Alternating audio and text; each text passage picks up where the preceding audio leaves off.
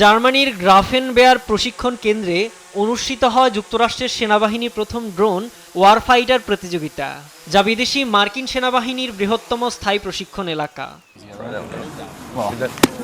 এই আয়োজনের লক্ষ্য ড্রোন অপারেটরদের প্রশিক্ষণ দেওয়া এবং বাস্তব যুদ্ধের মতো পরিস্থিতিতে দক্ষতা যাচাই করা। প্রতিযোগিতায় পুতুল টাইপের মানবদেহ ব্যবহার করে হামলার অনুশীলন করা হয়। ড্রোন ব্যবহার করে দূর থেকে আঘাত হানা যায়, এতে সেনাদের জীবন ঝুঁকিতে পড়ে না বলে জানান মার্কিন সেনাবাহিনীর ড্রোন প্রশিক্ষণ কর্মকর্তা sergeant Logan parks. Drones aren't going away. Drones are going to continue to evolve. আমরা প্রতিদিন নতুন জিনিস শিখি।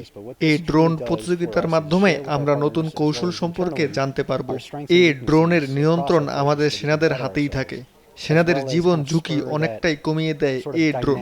Reaction to these orders. It also gives a good insight to what যুক্তরাষ্ট্রের সেনাবাহিনী জানিয়েছে তার আগামী 2 থেকে 3 বছরে অন্তত 10 লাখ স্বল্প মূল্যের ড্রোন কেনার পরিকল্পনা করছে।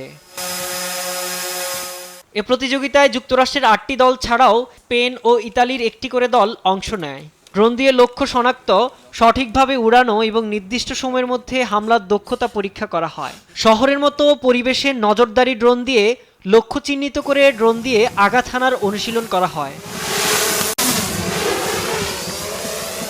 প্রতিযোগিতায় সেরা দল হিসেবে নির্বাচিত হয় স্পেন।